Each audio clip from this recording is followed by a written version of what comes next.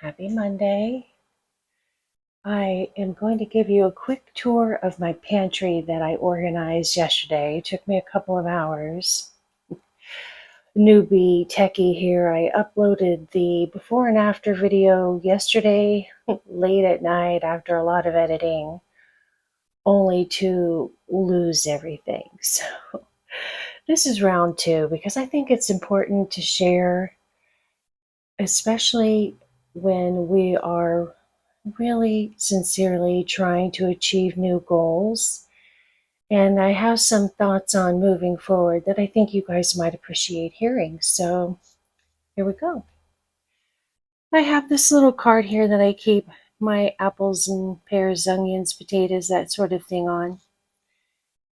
And I cleared out a huge amount of snacks and chips, crackers, that kind of thing that we were keeping over here because we downsized last year and we only have this single tall pantry.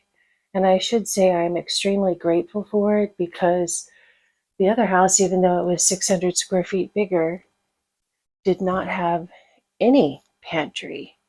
So I love it. But at the same time, when you're stockpiling post 2020 lockdowns, that's not a lot of storage space. So I organized this yesterday, and I wish I had my before pics so you could all be impressed with my effort, but I think you'll settle for the after. One point I want to make in this shelf, a couple of days ago I was thinking, oh, it's the first of the year. Publix always has BOGOs on their Atkins bars, that kind of product, and I really need some more. Well, after going through all the snacks and clearing out and organizing, I realized this entire basket is full of Atkins bars.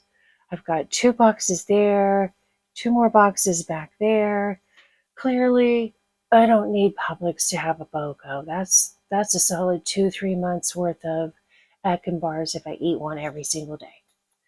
So, and down here, the YAs had a lot.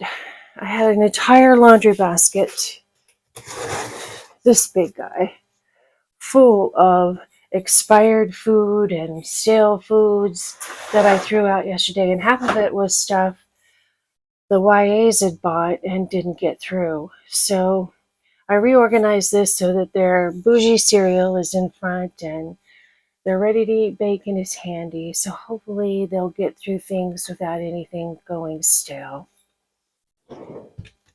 And these baskets, in addition to some snacky stuff, the two up there had been full of boxes of pasta, instant rice, that kind of thing. Now the one on the right is empty because I moved the pastas out to the garage.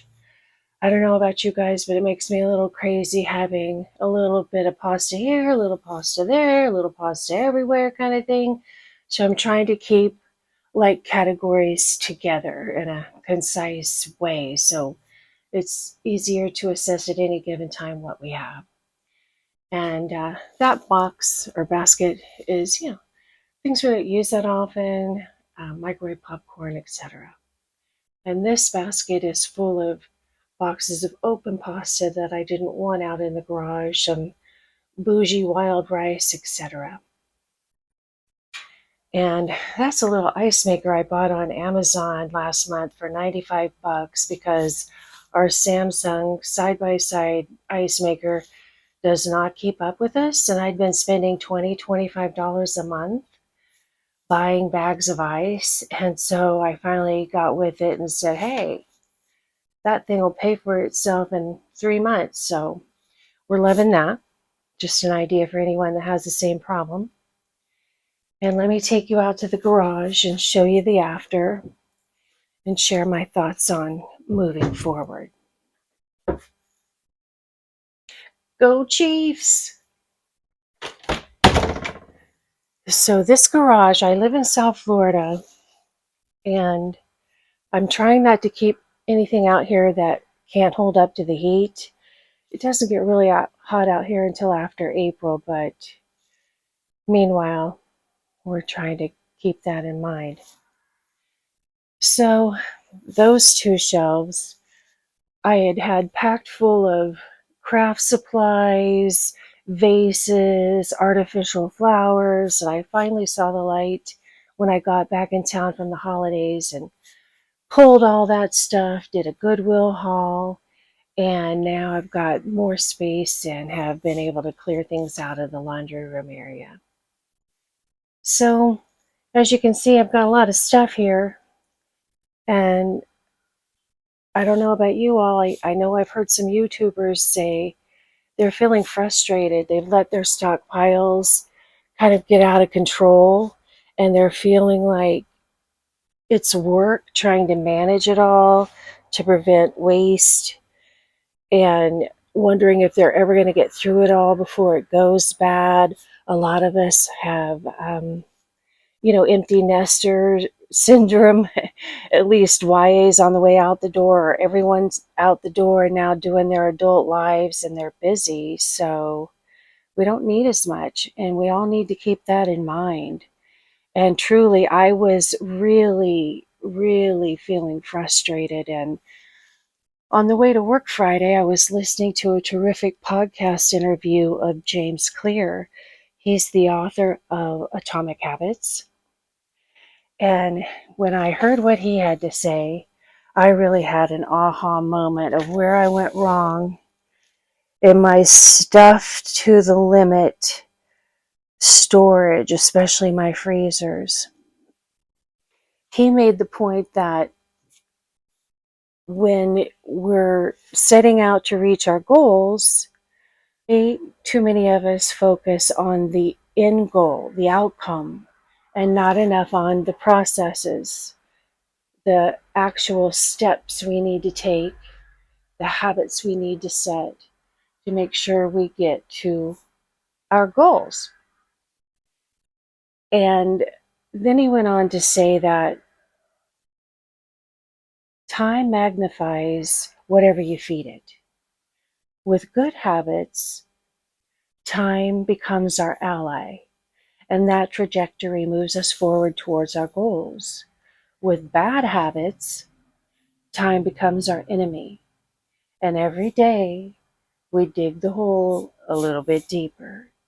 And boom, just like that, a light bulb went off, and I said, I've been going at this stockpiling thing completely wrong. I started out in spring of 2020, like so many of us, just trying to lay in as many supplies as possible, especially toilet paper, right? And that's just kind of how I've been going at things. Of course, whenever BOGO, sales, clearance, Ibotta rebates, coupons come along, I stocked up. I just kept stocking up. Well, it got to the point where all I ever do is shuffle things around in my freezer. I'm frustrated. My YAs are frustrated. I mean, I even have at least a year's supply of laundry soap because of grabbing deals. Not that that's a bad thing, but I just don't need any more stuff. And I want to start saving money. And in addition to that, we may move in the summer. And obviously, I don't want to have to move a bunch of food and toiletries. So going forward for me, my plan is I will only keep 1 month of food on hand at any given time. And I won't restock even if there's a fantastic, almost free sale on anything, unless I'm really getting low on it. And I won't stock more than a 1 month supply. And of course, that's just for me and my house and because of our future plans. But you get the idea. Pick a number, whatever that is that you think is reasonable for you and your family, and stockpile accordingly. Don't just willy-nilly it out, because you'll dig the hole a little deeper every day and end up frustrating yourself like I did. Thanks for listening and going on my little pantry and freezer tour with me. I've got to inventory the freezers this coming weekend and get an idea of exactly how much meat we have in each category and the frozen veg and stuff. If you guys have been following my channel, you know I'm doing the no spenduary thing. So obviously, I don't need to spend anything. And I will only shop going forward after February, like I said, based on what we actually need. Thanks for stopping in. I hope you guys are doing well on your New Year's goals and your stockpiles. Take care.